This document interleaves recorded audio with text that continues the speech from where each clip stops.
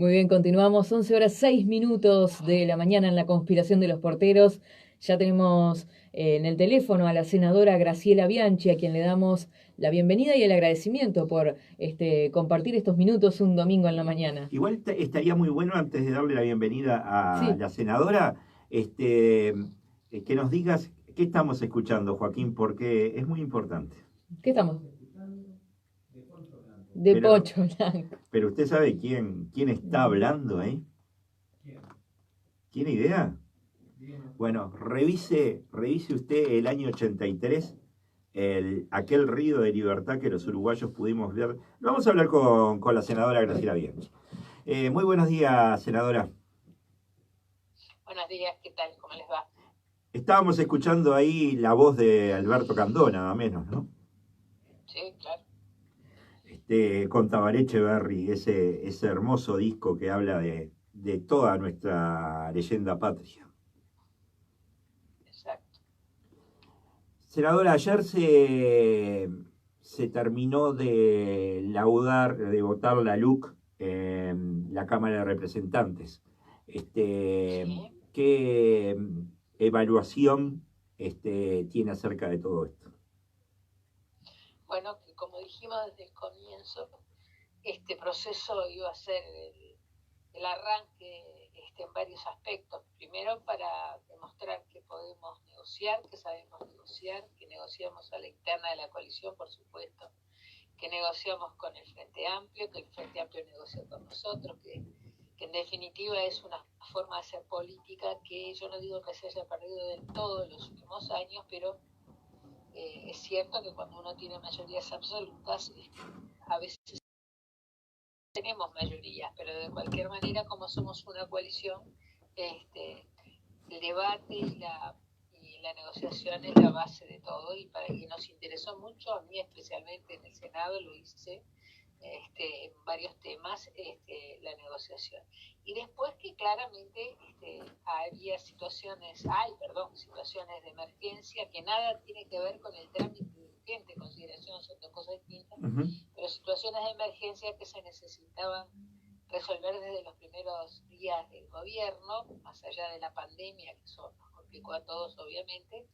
Bueno, eso le pusimos el acelerador a la emergencia en seguridad, a la emergencia educativa, hay algunos problemas vinculados a la salud, bueno, y otros temas vinculados a las empresas públicas, al lavado de activos, bueno, hubo varios temas interesantes, el Instituto de la Granja, bueno, la verdad que fueron muchos temas, cada uno se especializó, cada uno de los legisladores, al menos en la coalición, y en el Partido Nacional también, y bueno, y llegamos al fin correcto. Ahora va a volver a la Cámara de Diputados, pero son muy pocas modificaciones, son 8 artículos que tienen algún cambio más o menos sustancial, que no es de fondo, y después son correcciones gramaticales o depresiones de idioma para ir perfeccionando la redacción de las normas.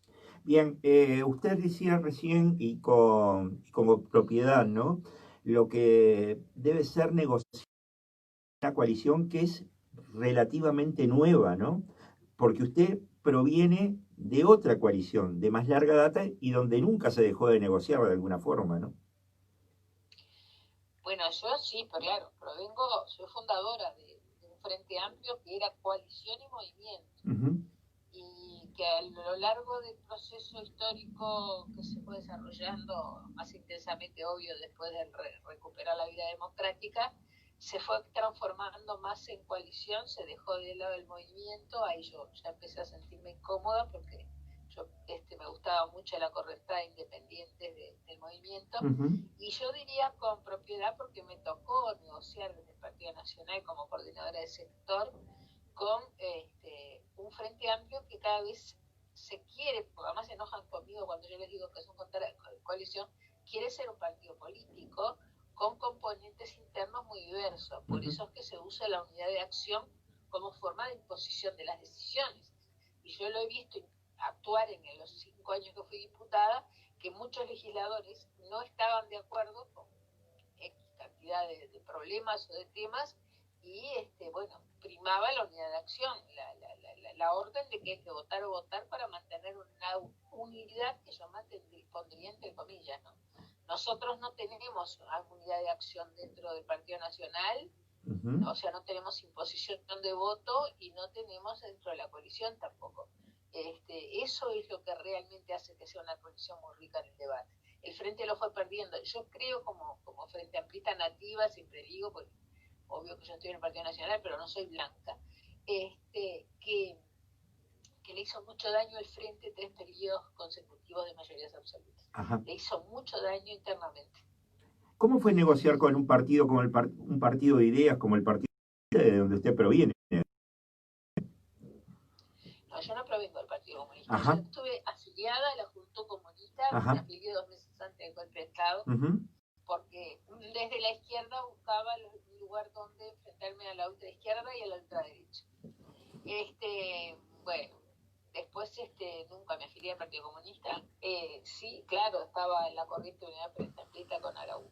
Claro, exacto. Ahora, nosotros yo me llevo muy bien con Andrade, muy bien, como persona me llevo muy bien, con los legisladores nos llevamos bien con todos, pero bueno, yo con Andrade tengo una especial estima, creo que es mutua, y se puede negociar perfectamente. Lo que hay que bajar son los decibeles que se ven para afuera de, digamos, ataques que no son los que se da un clima digamos, de enfrentamiento, que cuando trabajábamos dentro de la comisión, obvio, con el Frente Amplio de la comisión especial, en un ambiente absolutamente negociador, absolutamente calmo, absolutamente respetuoso, nos levantábamos permanentemente a hablar personalmente o lo planteamos en conjunto, se dio el Frente Amplio en unas posiciones, se dio el gobierno otras posiciones. El problema es que después, que yo es una cosa que me parece que habría que ir limando, ¿no? Porque los uruguayos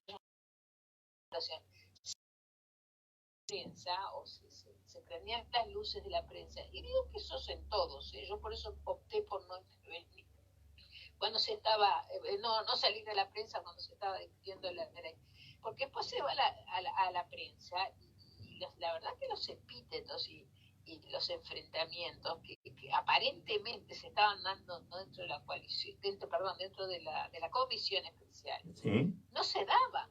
Claro. Entonces eso es una cosa que es bueno mostrarle a la ciudadanía que nosotros podemos conversar y negociar.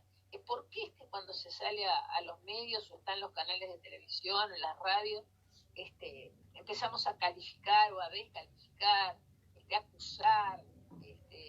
Eso le hace daño a la democracia. Y doy mi palabra de honor que ese no es el clima. Incluso las versiones taquigráficas de la comisión especial están colgadas en la página web. Claro. Y ahí se puede ver el clima. Y eso que la página web, normalmente las versiones taquigráficas son un poquitito más ríspidas cuando venían representantes del Poder Ejecutivo o de distintas organizaciones sociales, pero cuando quedábamos solos para aportar los artículos, la verdad que fue excelente el relacionamiento. Senadora, ¿usted cómo está viendo al Frente Amplio como oposición y también sobre los dichos de Tabaré Vázquez? Bueno, yo creo que el Frente Amplio, y es lógico, está integrado por seres humanos, entonces uno tiene que comprender las derrotas son duras, todos vivimos derrotas y victorias en algún momento, son duras. Yo creo que lo que le está pasando al Frente Amplio, y creo que más de 40 años de integrarlo me dan un poquitito de derecho a opinar, creo que les está haciendo daño no hacer un proceso de autocrítica interna que se está postergando, se dice públicamente, que han aparecido distintos actores políticos dentro del frente de mayor o menor, digamos, incidencia, pero que habría que hacer una autocrítica porque sana hacer autocríticas, ¿no? Si uno va a destruir al que piensa distinto, no, pero sana el hacer autocrítica. A la medida que enfrente todavía no hizo la autocrítica, y reitero, me sigo llevando, aparte porque soy una ciudadana informada, pero me sigo llevando por lo que opinan dirigentes del frente, eso les está haciendo postergar el sentarse alrededor de una mesa con un café, con un mate o lo que sea, y bueno, a ver, ¿qué pasó? ¿En qué nos equivocamos? Y eso lo veo, lo siento y les está haciendo daño. Y después la actuación de Tabaré Vázquez a mí me da mucha pena. Yo lo puse en mi cuenta de Twitter porque realmente nosotros estamos respetando muchísimo, no estamos pasando cuentas ni facturas anteriores, estamos tratando de evitar, por indicación de nuestro líder, Luis Lacalle Pou, pero además por iniciativa personal de cada uno de los integrantes de la coalición, tratar de ser lo menos pasadores de facturas, sobre todo en este momento, ¿no? ¿Por qué le da pena? Perdóname que termino esto, ya me callo. Yo creo que Tabaré Vázquez está al fin de su carrera política, no podemos contestarle como cualquier otro líder porque está enfermo, y creo que está haciendo un papel que no corresponde, atacando de una manera furibunda a la coalición. Uh-huh. Uh-huh. Bien, le da pena entonces el expresidente. Sí. En este momento me da mucha pena. Ahora, en este momento me da mucha pena.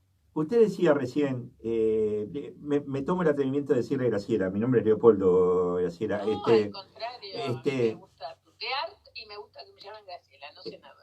Graciela, uno se pone a pensar, ¿no?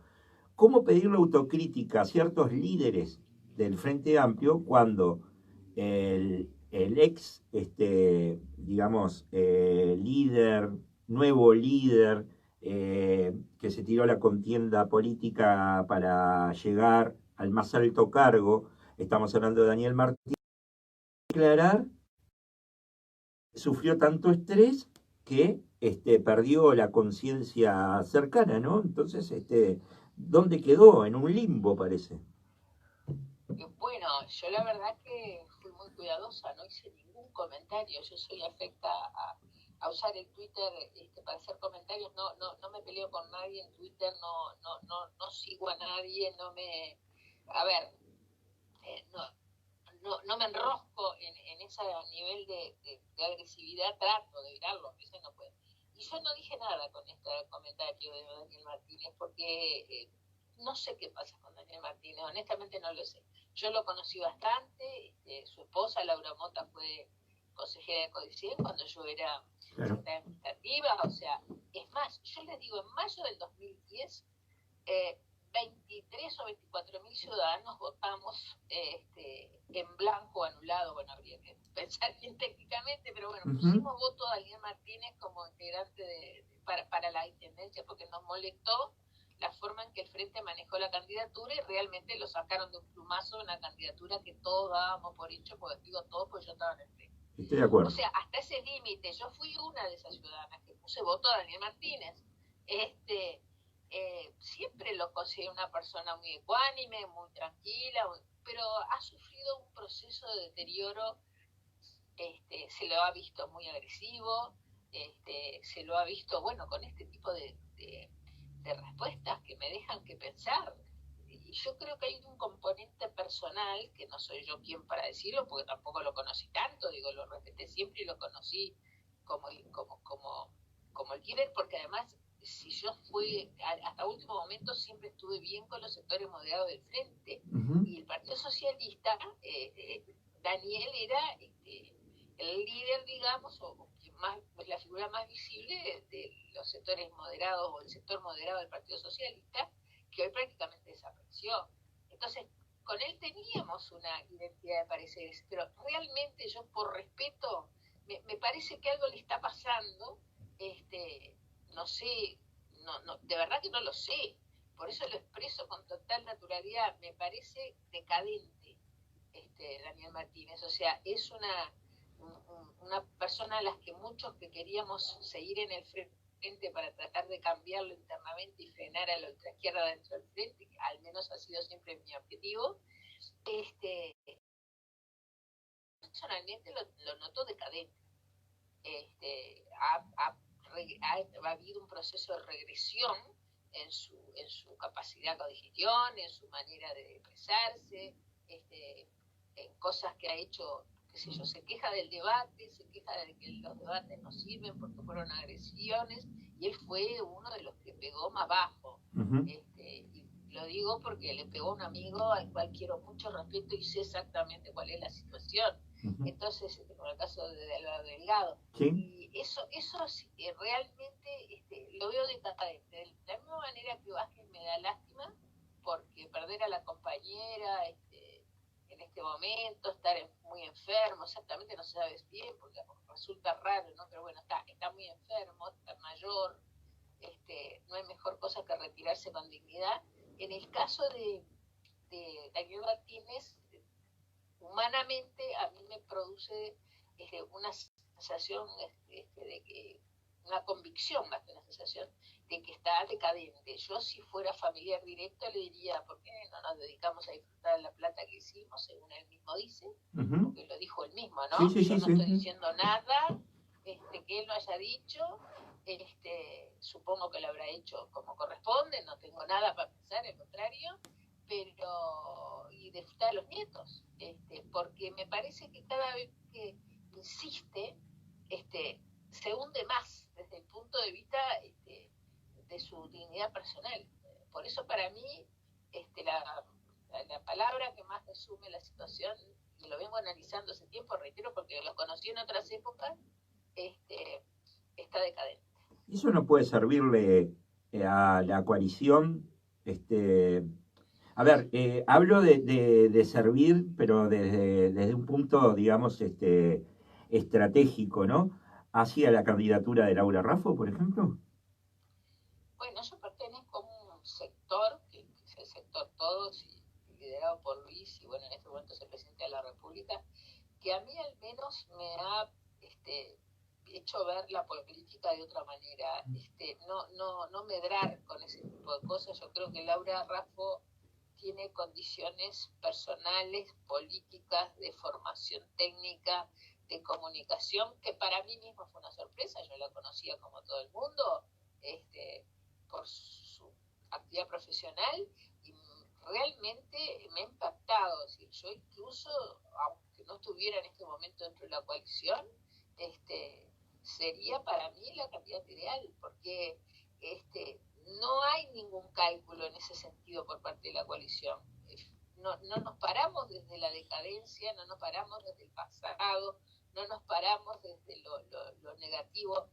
Aquella cosa que fue en la campaña del 2014 por la positiva, se mantiene en nosotros, porque es una manera de ver la vida, es una manera de ver la actividad política. Luis ahora a Luis de la calle del pueblo están conociendo.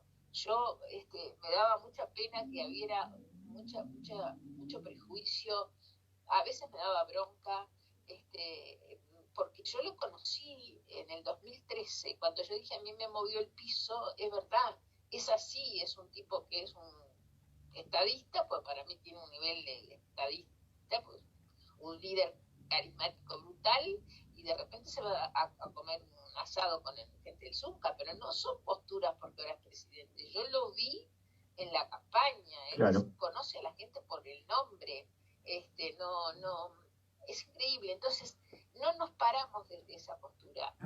Primero porque respeto enormemente a Raffo, y no creo ni que se le haya pasado por la cabeza pensar de que menos mal que está decadente o comete esos errores garrafales Daniel Martínez. En realidad ella lo que ha enfocado toda su campaña hasta ahora, que ha sido muy breve con la pandemia, pero al análisis, el análisis técnico de las cuentas de la intendencia. Estaba leyendo recién ahora que salió el balance, la rendición de cuentas y balance de ejecución de la intendencia, y los números son tremendos. Entonces, ella es oficial, eso no lo hizo ella. Sí. Tiene que presentar a la intendencia ante la Junta, pero me refiero, no nos basamos en ataques personales, y ella, estoy segura, no se lo pregunté, pero jamás se debe haber planteado. Ojalá, porque es una mujer muy capaz, brillante, y llegó a donde llegó no por ser mujer, sino por ser capaz, no creo que esté ni siquiera en su pensamiento. Qué suerte que Daniel Martínez se equivoca, porque así me viene bien a mí, ¿no? No lo digo por Ella ese lo que lado, quiere, no lo digo por ese lado, lo digo por el lado también de que ella misma ha planteado públicamente su asombro a que Daniel Martínez no quiera ir a, digamos, un debate de ideas, cuando bien sabemos lo que pasó en el debate de ideas entre Daniel Martínez y Luis Lacalle Pou, ¿no? sí, sí, claro, yo no tengo dudas que Laura lo que quiere es un debate, porque es una mujer técnica, es una mujer política también, porque lo ha demostrado, y en el debate nosotros vemos a las personas no solamente en sus ideas, que es lo más importante, pero los vemos también en sus actitudes. O sea, lo que acabo de decir hace un rato, cuando en lugar de debatir ideas se recurren A o a chicanas. mentiras o a distorsiones, a chicanas, para enfrentar a nivel personal al debatiente, eso muestra también a la persona. Yo creo que en política, de una buena vez, yo al menos bregué toda mi vida por eso y me he llevado unas cuantas desilusiones, que lo que importa es la actitud del ser humano frente a la política. Si te dedicas a la política, sos un servidor público. En consecuencia, si no la entendés así, dedícate a otra cosa. Claro, estamos de acuerdo. Recién hablábamos de educación con usted, y usted es experticia en cuanto al tema de educación. ¿Cuáles son los cambios sustanciales que necesita la educación, más allá de lo que todos conocemos, ¿no? Bueno, lo que todos conocemos son los cambios sustanciales que necesita la educación. O sea, tenemos que volver a tener muy buenos maestros y muy buenos profesores, o sea, tenemos que volver a tener una muy buena formación docente. Tenemos que cambiar la gobernanza, que lo hacemos a través de la LUC, porque es imposible así, es un trancazo en el sentido más técnico de la palabra, es decir, no llegan las decisiones, se discuten, y cuando tienen que llegar a las aulas, que lo que importa, cuando el docente entra al aula y está en contacto con sus alumnos, no llegan todas esas transformaciones que a veces en los papeles quedan muy bien. Necesitamos mejorar el clima institucional de los centros educativos, necesitamos incorporar a las familias al contrato que siempre existe, esté constituida como esté constituida, con el centro educativo, ni a los centros, cada uno lo que quiere, al contrario, sino que en base a una organización institucional de la cual somos muy defensores, cada centro pueda tener una posibilidad de desarrollar dentro de su zona, de su barrio, de su contexto, las soluciones. Y de una buena vez tenemos que integrar la educación técnica con la educación general. No tienen que ser dos consejos, hay que darle al alumno la posibilidad de que se elija desde el ciclo básico, o vaya viendo las opciones entre lo general y lo tecnológico, orientarlo hacia las nuevas carreras que se necesitan en el Uruguay, darle la apoyatura de orientación vocacional, y por supuesto todo eso se va a traducir en mejores resultados. Son pésimos los que tenemos. En este momento el Uruguay se compara con los países, hay indicadores que son comparables con algunos países africanos, de los más adelantados, entre comillas, de los africanos, pero en el caso de América Latina estamos al final de la tabla. Los estamos perdiendo, o sea, tenemos unos niveles de deserción impresionantes, con lo cual se genera una brecha sociocultural que le hace mucho daño al país, para el presente, y lo estamos viendo todos los días, y para el futuro, que el lugar donde nace un niño determina su futuro, cosa que el Uruguay había logrado resolver desde fines del siglo XIX. Usted fue director por 18 años, docente de historia. Muchos de los oyentes nos están recordando sobre todo la disciplina en el Bauzá en esos años.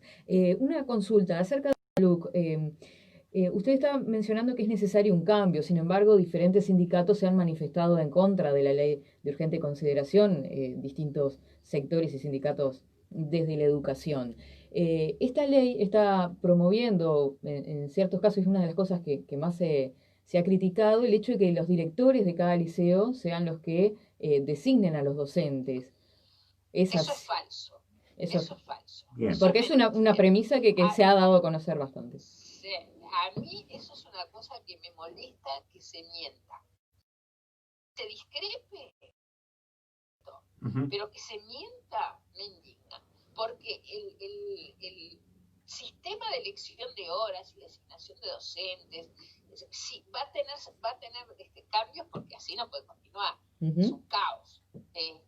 Ya lo hemos propuesto todos los años a los anteriores presidentes de la República, no puede todos los años el docente tener que estar eligiendo las horas. Eso por un lado, que es en definitiva lo más anecdótico. Pero los centros van a tener proyectos, o sea, se va a trabajar por competencias, se van a evaluar resultados, y el docente tiene que tener su propio proyecto y su proyecto colectivo, porque cuando el centro educativo tiene una autonomía importante y trabaja conectado con las autoridades, con un cuerpo de supervisores que no vayan a fiscalizar, sino a orientar, los directivos, cosa que se ha perdido, porque además incluso el nivel de remuneración hace que nadie se presente ni en los concursos. Entonces, me refiero de directores, ¿no? Claro. Entonces, lo que se le da al docente, la LUC, al equipo directivo, se autoriza a delegar la facultad de determinados centros educativos en determinadas situaciones que van a estar controladas, por supuesto, por las autoridades, poder designar a docentes por distintos modos. Se hace 20 años que se hace. Si a mí me quedaba un grupo sin cubrir de los 131 que tenía, o 2 o 3 o 4, yo podía buscar dentro de los cuerpos docentes del sistema, de todo el sistema, no solamente del BAUSA. Si yo encontraba la solución y el docente lo podía designar, comunicaba al consejo y el consejo me daba el aval, pero yo tenía que justificar por qué. No era porque pasaba una persona por la puerta del liceo y yo le decía, ¿usted no quiere dar clase de matemática que me quede un grupo o 2 o 3 sin cubrir? A ver, eso ya se hace añares. En primaria también. En primaria los directores o las directoras en general son mujeres, pero bueno, no importa, los directores de las escuelas tienen la facultad de cubrir suplencias, tienen la facultad desde el centro resolver el problema de la falta de docentes o de las características de algún docente. Es decir, no es la norma, no es la regla, es la excepción. Pero y entonces eso lo que se les da es... En ese caso entonces va a ser igual. ¿Cómo? En ese caso entonces, por lo que tú nos estás explicando, va a seguir igual. Va a ser en el caso de que falte docentes luego de... Nada va a seguir igual. Porque si seguimos igual, vamos a seguir teniendo malos resultados. Ajá. Obvio que va a haber cambios de paradigma en educación.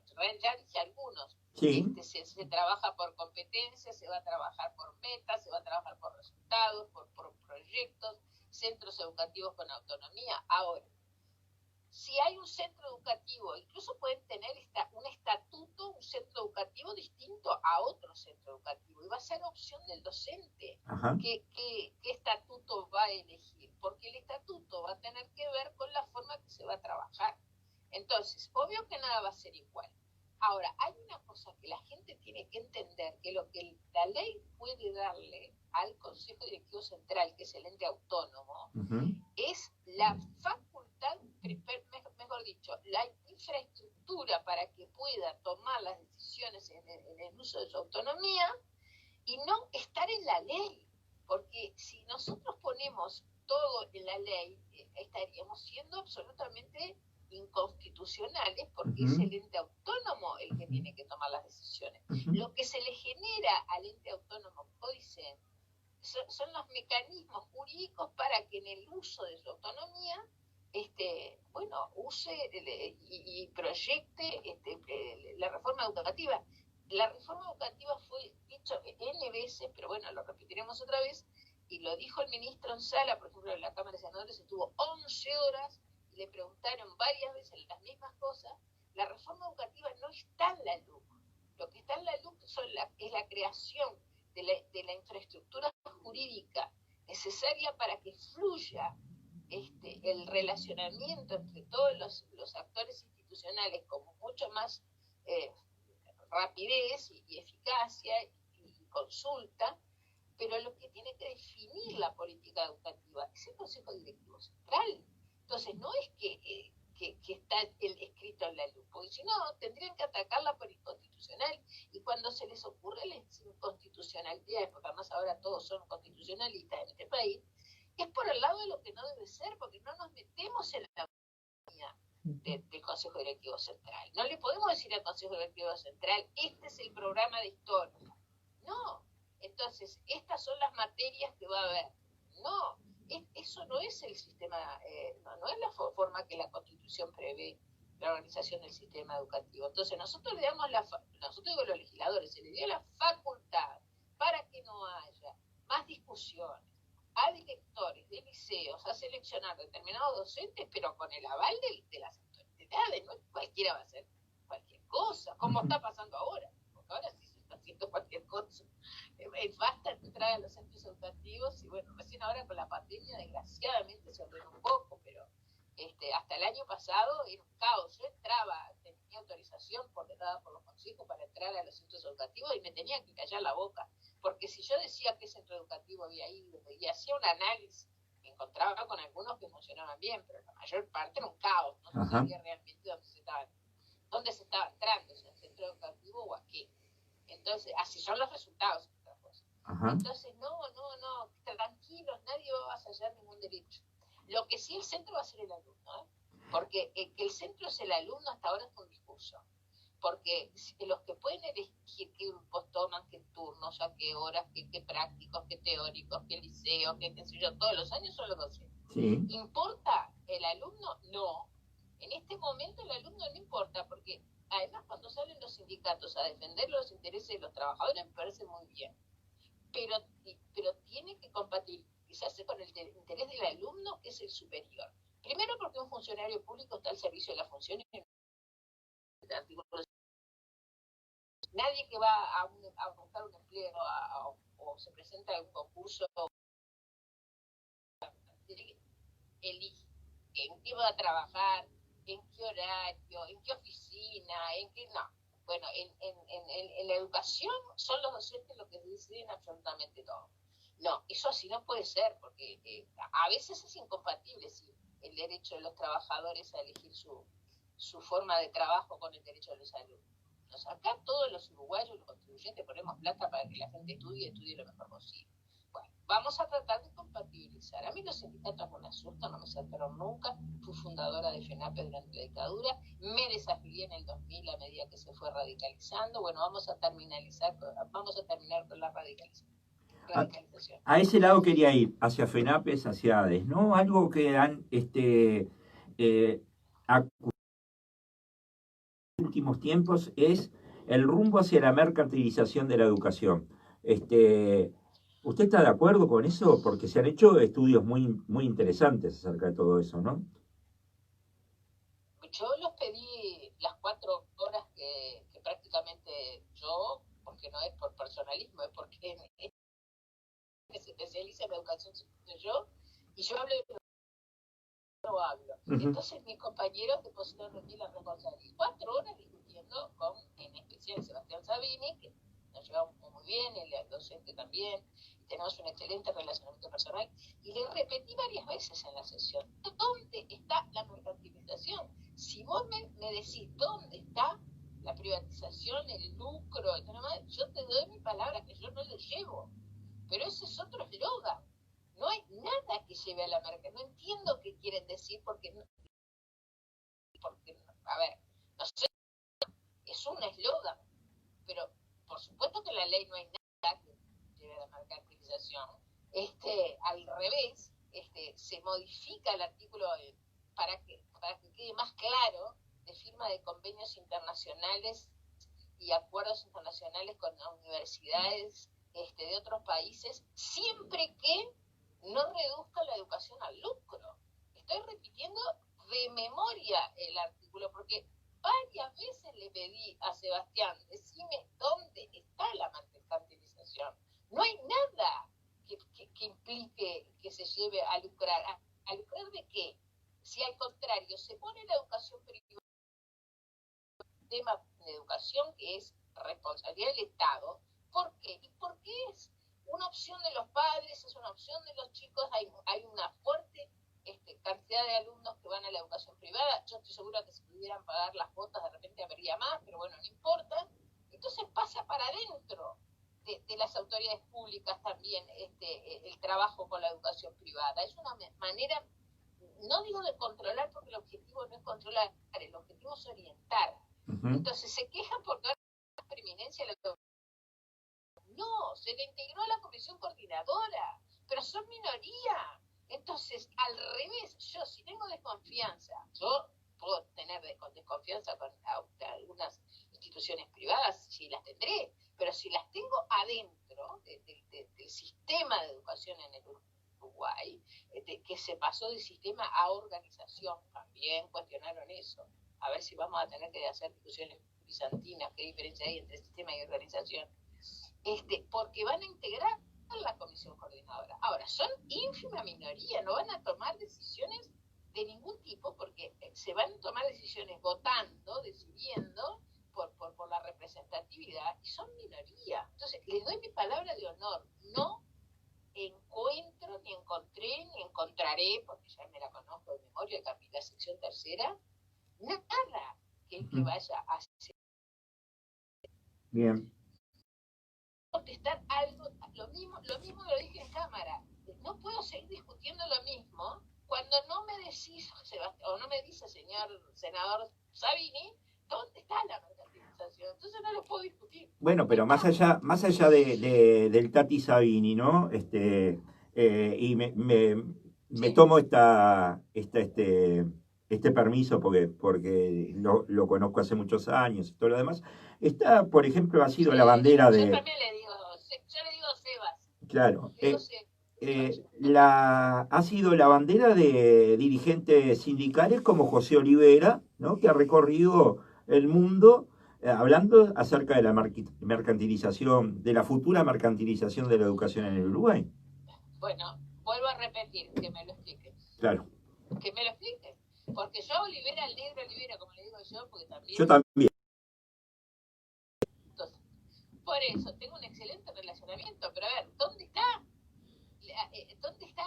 No, les doy mi palabra de honor, no estoy eludiendo respuestas, no lo encuentro el proceso de mercantilización, no lo encuentro. Eso para mí es un prejuicio, como eslóganes que se vienen repitiendo. Miren, yo tengo 66 años. Ay, solo escuchando desde la década de los 60 que yo voy al liceo y formamos parte de la Asociación de Estudiantes Secundarios. Y yo como gurisa y qué sé yo, y de izquierda repetía las cosas. Bueno, ahora ya tengo 66 años.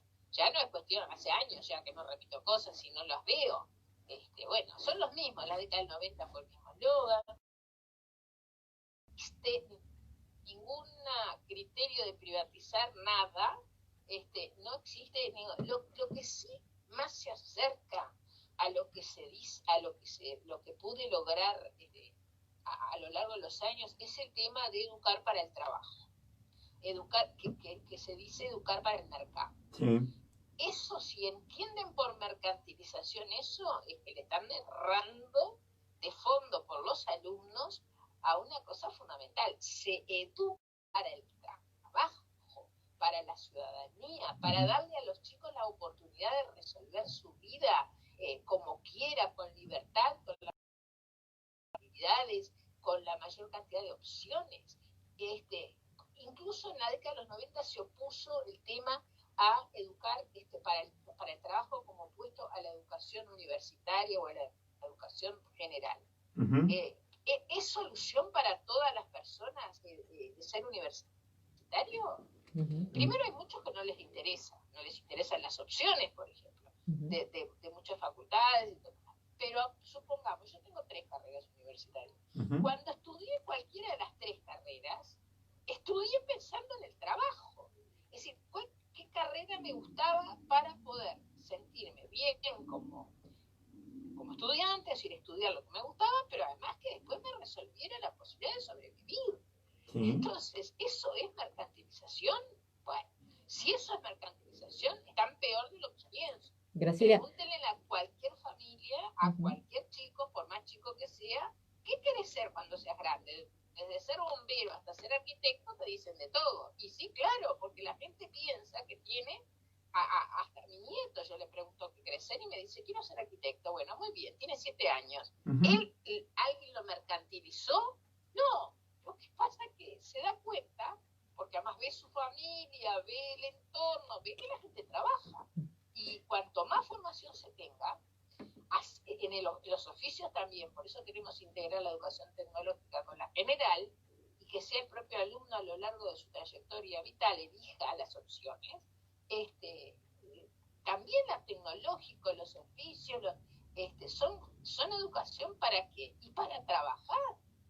Yo no puedo razonar de otra manera, ni personal ni colectivamente. Si eso es mercantilización, bueno, entonces es que están realmente muy complicados, sinceramente desde el punto de vista ideológico, ¿no? Coincidimos, Graciela, coincidimos, pero entonces se necesita un reforzamiento, por ejemplo, de las ciencias exactas. ¿A qué voy con esto, no? Porque todavía se sigue optando más por las ciencias humanas en una cantidad de carreras, ¿no? Eso que José Mujica en algún momento dijo despectivamente y peyorativamente viru viru, ¿no? Y sin embargo, cuando entran a la Facultad de Ingeniería, pasan los primeros años y son tantos los filtros que después terminan abandonando. Se sigue Pero viendo ¿sabes eso. lo que pasa? Cuando yo te estoy diciendo que vamos a cambiar los paradigmas y que vamos a cambiar la currícula, no sé cómo, digo, porque yo no voy a participar en ese proceso, lo hará el CODICEN y las asambleas técnico-docentes, y podré opinar si me preguntan, pero nada más, una opinión muy, a esta altura de mi vida, no decisiva. Es justamente que tenemos que darle a los chicos, si se no me acuerdo el número de artículos, pero si se lee el artículo donde están claramente las competencias de educación primaria, se profundiza. No nos metemos en cómo se va a hacer. Le decimos a primaria, ustedes tienen que educar en... Bueno, son tantas las competencias que van desde la matemática, primera lengua, segunda lengua, educación física, cultural, convivencia, pero hay un área área en el sentido de área de conocimiento, ¿no? Que se dice, que quisiera ser exacta de las palabras, pensamiento lógico, ahí está, desarrollo del pensamiento lógico.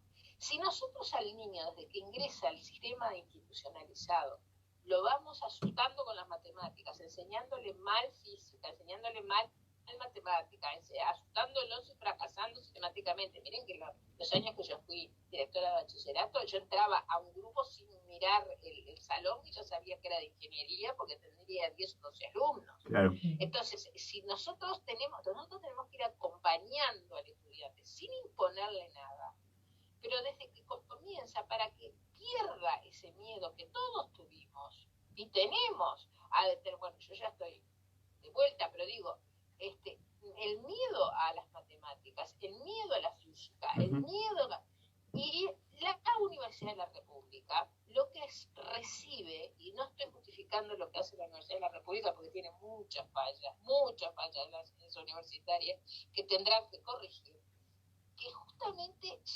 reciben chicos sin formación que quieren ser ingenieros, por ejemplo, no en distintas de las distintas opciones, pero que no pueden, como me dijo a mí una vez uno de los decanos, no importa el nombre, pero además no me acuerdo bien el año, porque yo era directora del liceo, me llamó por teléfono y dice, ¿qué hacen ustedes con los chiquilines?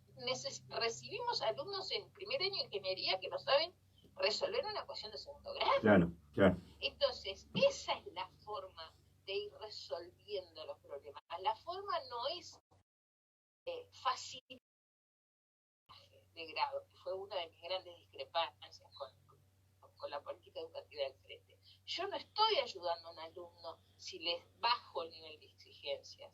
Es decir, tengo que exigir de acuerdo a lo que vi, en primer lugar, porque por eso el sistema tiene que dar las posibilidades, y evaluar de acuerdo a lo que tiene que rendir cada chico por según sus posibilidades, su edad.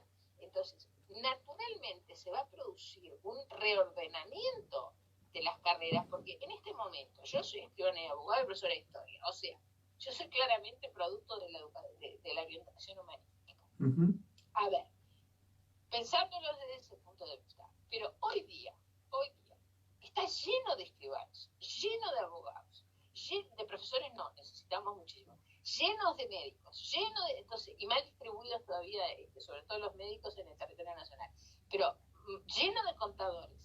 ¿Vamos a prohibir el ingreso a esas facultades? No, pero el país tiene que proponerse desde el inicio, desde que los chicos empiezan a estudiar, y apoyándolos en todo sentido, sobre todo desde el punto de vista académico y que tal vez económico, a que libremente puedan hacer una opción. Porque hoy, egresando tantos abogados, tantos escribanos, tantos contadores, en general lo que estamos es una especie de usina de gente que se siente fracasada cuando llega el momento del trabajo, que es para eso que estudiaron, y volvemos al de la mercantilización. No hay trabajo para todos los escribanos, para todos los abogados, para todos los...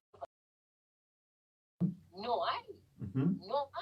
Entonces, ¿cuál es el tema? ¿Es prohibir el ingreso? No. ¿Nos va a llevar más tiempo? Sí. ¿Tenemos que trabajar intensamente sobre las familias y los chicos? Sí. Pero es desde lo que por eso que se necesitan tantos buenos profesores y buenos maestros. Fíjense ustedes que los profesores, ustedes lo saben bien, los profesores de física, química, matemática, la mayor parte no son recibidos, claro. No tienen título, son personas que están estudiando ingeniería o la tuvieron que dejar, están estudiando arquitectura, están estudiando, ¿no? y se meten a la clase de matemática, se meten a nada menos, de física, de química, entonces es eso lo que tenemos que resolver.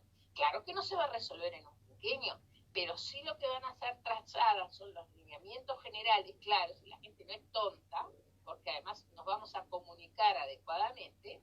Hay consejos de participación donde están representados los y bueno, vamos a trabajar coordinadamente, porque mi hijo el doctor ya era del principio del siglo XX, es decir, ya no es mi hijo el doctor, sino que es como Florencio Sánchez, sino que ahora hay que los chicos saben que las posibilidades de trabajo están por el lado de la informática, de las ciencias de la comunicación, por el lado de todo lo que es ingeniería, pero no pueden llegar porque no tienen la formación. Entonces, porque hemos fracasado en la educación de esas orientaciones. Bueno, eso es lo que queremos terminar. Lo que necesitamos es confianza, no que se ponga siempre palos en la rueda, siempre que se diga esto no va a funcionar, lo que están buscando es privatizar la educación, siempre buscando las malas intenciones. No, dejemos ver qué somos capaces de hacer, y bueno, después se evaluará, y la gente tiene su mejor manera de poner y sacar a la gente, a los gobernantes, que es el voto. Graciela, hablabas de la educación para el trabajo. ¿Estás de acuerdo con la injerencia de UPM entonces en educación, con la creación de las universidades tecnológicas, como para educar para... Ojo, una cosa es una cosa y otra cosa A ver, bueno, sí. Una de las pocas 15 años fue la creación de la OMTEC. Es una experiencia fabulosa. Y costó, Significó, Y costó. ¿Costó? Sí, claro, costó. Sí, costó con la propia universidad. Claro. Costó con la propia universidad de la República. Costó. Bien, entonces, la descentralización. Yo pertenezco a la izquierda troglodita, que ahora se llena la boca, que por suerte se descentralizó la educación, pero cuando yo era estudiante no queríamos a la Universidad del Norte, porque era de la universidad, lo querían los ricos para bajar el nivel de la educación de la Universidad de la República, que además en mi época era la única que existía, porque no existían privadas. Es verdad. O sea, me parece que toda la gente abrió la cabeza. No, la UTEC es una experiencia impresionante. Los procesos de descentralización que llevaron varias facultades de la director, las que se necesitan en la zona, esa es la política que hay que llevar. Ahora, yo fui de las primeras, y lo dije públicamente, que me parecía una vergüenza que el Estado uruguayo, mejor dicho el gobierno, no nos enteramos hasta que se les ocurrió porque fue secreto, y que aceptara que una empresa privada finlandesa determinara el contenido de los bachilleratos tecnológicos de la UNA. Claro. Que eso fue lo que se escribió. Es decir, que que iba a ser UPM, ahora vamos a negociar de otra manera, las que iban a decidir qué se iba a enseñar. Eso por supuesto que me opuse férreamente, y yo no vi mucho de Alaraca, de los sindicatos que son oficialistas todos, enfrentarse a esa situación. Dijeron algún comentario porque salíamos otras personas a decir, pero si bien que se callaron la boca, porque era su propio gobierno lo que firmaba ese convenio vergonzante, que como educadora, como me resulta que por suerte sé que ahora no se va a hacer por imposición de UPM, sino que se va a hacer por decisión de las autoridades de la educación. No vi que hicieran tanta laraca los sindicatos con privatización, con mercantilización, con defensa de la autonomía, cuando ellos sabían lo que su propio gobierno estaba firmando de espaldas a la ciudadanía con una empresa, y además de privada, por supuesto, además extranjera. Bueno, eso dice todo. Dice todo, y podemos cerrar este primer encuentro contigo, Graciela. Agradecemos porque desde acá, desde la conspiración de los porteros, desde la 88.7 FM Ciudadela, cada fin de semana, sábados y domingos, tratamos de ponerle un pienso al descanso de los uruguayos, mientras otras radios repiten lo que pasó en la semana, ¿no? Agradecemos fervientemente tu tiempo, y sin ninguna duda vamos a volver a convocarte, porque realmente nos ayudaste mucho a tratar de entender una cantidad de cosas. Yo estoy a las órdenes y me encanta, para mí es un placer hablar de lo que me dedico. A mí la gente me paga para que trabaje y no distingo sábados y domingos. ¿Ah? Muchas gracias. Hasta luego. Hasta luego. Y bueno, cerramos otro fin de semana de la conspiración de los porteros. Nos quedaron muchas cosas para hablar, sí, ninguna duda. Temas impresionantes. Todo no podía ser, pero creo que la experticia en educación de la senadora daba como para profundizar un poco en esta vía de la educación. Tuvimos intervención de nuestros oyentes, y cómo. Quiero que sepan de que lo leímos todos, y se lo vamos a hacer llegar a la senadora, si les parece bien. Teníamos medio como un speech marcado como para preguntarle, y bueno, nos fue sondeando y llevando para otros lados, pero estuvo bueno, ¿no? Sí, es lo más interesante, creo, de una entrevista justamente, es que se rompa un poco esa línea que teníamos de ideas y temas, y que se haya dado para profundizar justamente en la educación, que es uno de los temas que más nos preocupa a los uruguayos. Sí, sin duda que sí, sin duda que sí. La salud también, y sí. Quiero poner el tema de la salud en el tapete, porque estamos tratando de conseguir una entrevista con vamos a empezar, la rueda de entrevistas con los futuros candidatos a la intendencia y todo lo demás, pero me interesa especialmente un encuentro con Villar, y voy a decir por qué. Me está preocupando seriamente lo que está pasando en una cantidad de instituciones privadas de salud, ¿tá? Que están, lo quería hablar hoy con Graciela de alguna forma, pero me parece que estaría bueno hablarlo con Villar también. El tema de que hasta hace muy poco salíamos todos a aplaudir en los balcones, ¿no? Pero eso se dejó de hacer de la noche a la mañana, ¿no? Ya el personal médico no tiene esa característica de héroe dentro de la pandemia, ¿no? ¿Y qué pasa? ¿Hacia dónde voy? Voy hacia el lugar de que se están rebajando sueldos, se está mandando gente al seguro de paro desde las instituciones médicas.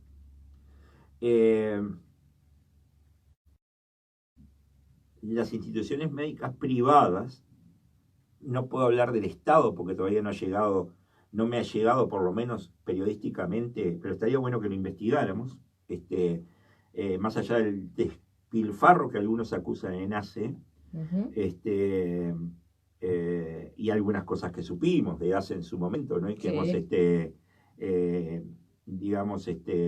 investigado, y que la hemos puesto en la mesa de trabajo de la conspiración de los porteros. Más allá de todo eso, ¿no?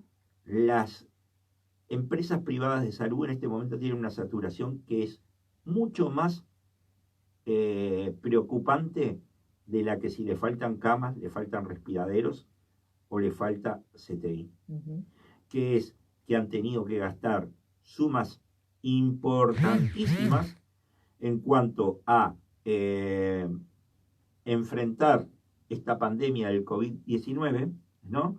Y en este momento se encuentran en rojo. ¿Esto es una defensa de las empresas privadas de salud? No, entiéndase. Pero hay que tomar todo en cuenta, porque siempre en este país, yo voy a hablar de este país, no sé cuál es la realidad de los otros, sí la sé, pero no me preocupa la de este país, ¿sí? Sí me preocupa la del exterior cuando nos viene a perjudicar, sobre todo la de nuestros hermanos territoriales. Siempre en este país se corta la cuerda por el lado más fino. Y siempre son los trabajadores privados los que la terminamos perdiendo. Y bueno, la dejo picando.